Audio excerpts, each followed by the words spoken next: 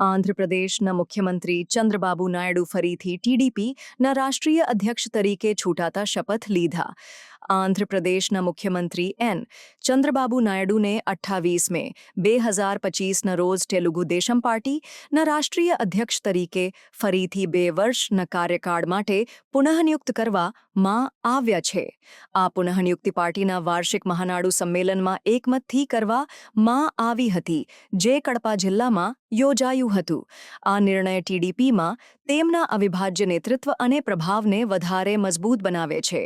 મહાનાડુ સંમેલન દરમિયાન પાર્ટીની ચૂંટણી સમિતિના અધ્યક્ષ વરલારામૈયાએ નાયડુની પુનઃનિયુક્તિની જાહેરાત કરી.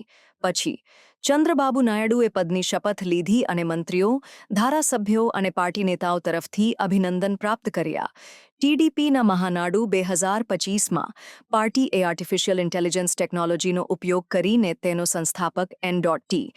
રામારાવની આવાજ અને ચિત્ર સાથે એક વિડિયો આમંત્રણ રજૂ કર્યું.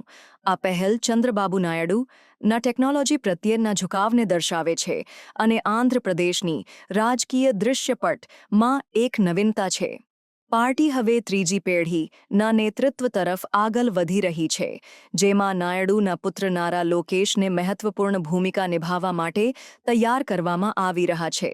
તેમને પાર્ટીનું આધુનિકીકરણ કરવા માટે વિવિધ પહેલની યોજના બનાવી છે, જેમાં માય તેલુગુ ફેમિલી અભિયાન, સ્ત્રી શક્તિ કાર્યક્રમ અને અન્નદાતાકુ અંડા પહેલનો સમાવેશ થાય છે. చంద్రబాబు నాయుడు అని నేను తెలుగుదేశం పార్టీ తెలుగుదేశం పార్టీ జాతీయ కమిటీ అధ్యక్షులుగా జాతీయ కమిటీ అధ్యక్షునిగా రాగద్వేషాలకు తావు లేకుండా రాగద్వేషాలకు తావు లేకుండా కుల మత ప్రాంతాలకు అతీతంగా కుల మత ప్రాంతాలకు అతీతంగా నాకు అప్పగించబడిన విధులను మనస వాచ కర్మేణ సమర్థవంతంగా నిర్వహిస్తానని దేవుని సాక్షిగా తెలియజేస్తున్నాను.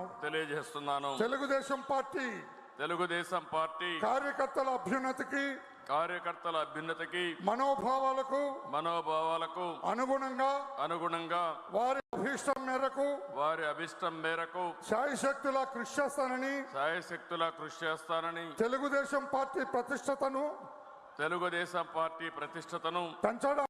పెంచడానికి నాపై మీరు ఉంచిన నమ్మకాన్ని వమ్ము